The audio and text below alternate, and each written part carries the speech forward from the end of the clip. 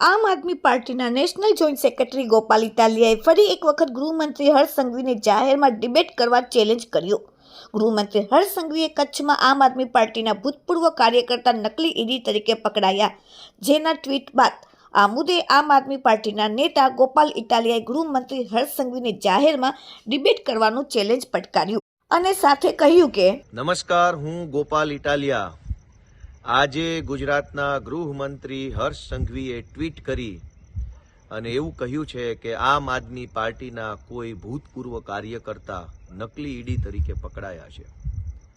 મારી એક જ વિનંતી છે કે હર્ષ સંઘવી ભાગે નહીં, ભાગવાની જરૂર નથી, ભાગો નહીં। ગૃહમંત્રી છો, ચેલેન્જ સ્વીકારો। અગાઉ પણ 8 પાસ ઠોઠ વ્યક્તિના મુદ્દે ડિબેટ કરવાની ચેલેન્જ આપીને ભાગી ગયા છો। કંઈ વાંધો નહીં, ગુજરાતની જનતાએ મોટું મન રાખી તમને માફ કર્યા છે, પણ હવે ફરીથી મોકો આવ્યો છે આમ આદમી પાર્ટીને ખરાબ ચિતરવાનો, આમ આદમી પાર્ટીને ખરાબ બતાવવાનો। તો આવો ફરીથી સામે આવી જાઓ। ટ્વીટ કરીને ભાગી જવાની જરૂર નથી। ગૃહમંત્રી છો, રેલવે સ્ટેશન ઉપર બેઠેલો કોઈ ટપોરી નથી કે બસ સ્ટેશનની બહાર આંટા મારતો ટપોરી નથી। તમે ગૃહમંત્રી છો ભાઈ। આવો જાહેરમાં ડિબેટ કરીએ, સામે બેસીએ, ખુલ્લા પાડો આમ આદમી પાર્ટીના લોકોને, આમ આદમી પાર્ટીને ખુલ્લી પાડો।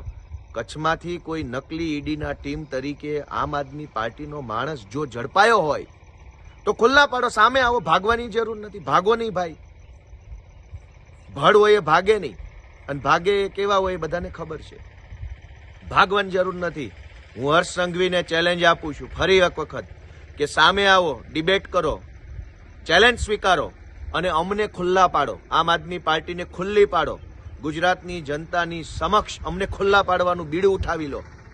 બાકી રેલવે સ્ટેશને બેઠેલા ટપોરીની જેમ ટ્વીટ કરી અને ફાંકા ફોજદારી કરવાની જરૂર નથી ભાઈ। સરકારો ઘણી આવી, ઘણી ગઈ।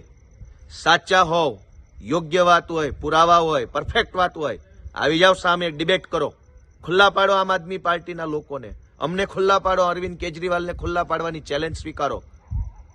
ટપોરી કે ટ્રોલની જેમ ટ્વીટ કરવાની જરૂર નથી ભાઈ। હું ચેલેન્જ આપું છું કે હર્ષ સંઘવી ભાગે નહીં, ભાગતા નહીં ભાઈ। ચેલેન્જ સ્વીકારો, સામે આવો, ડિબેટ કરો, જાહેર મંચ ઉપરથી આમ આદમી પાર્ટીને ખુલ્લી પાડો, એવી મારી ગોપાલ ઇટાલિયાની વિનંતી છે। જય હિન્દ।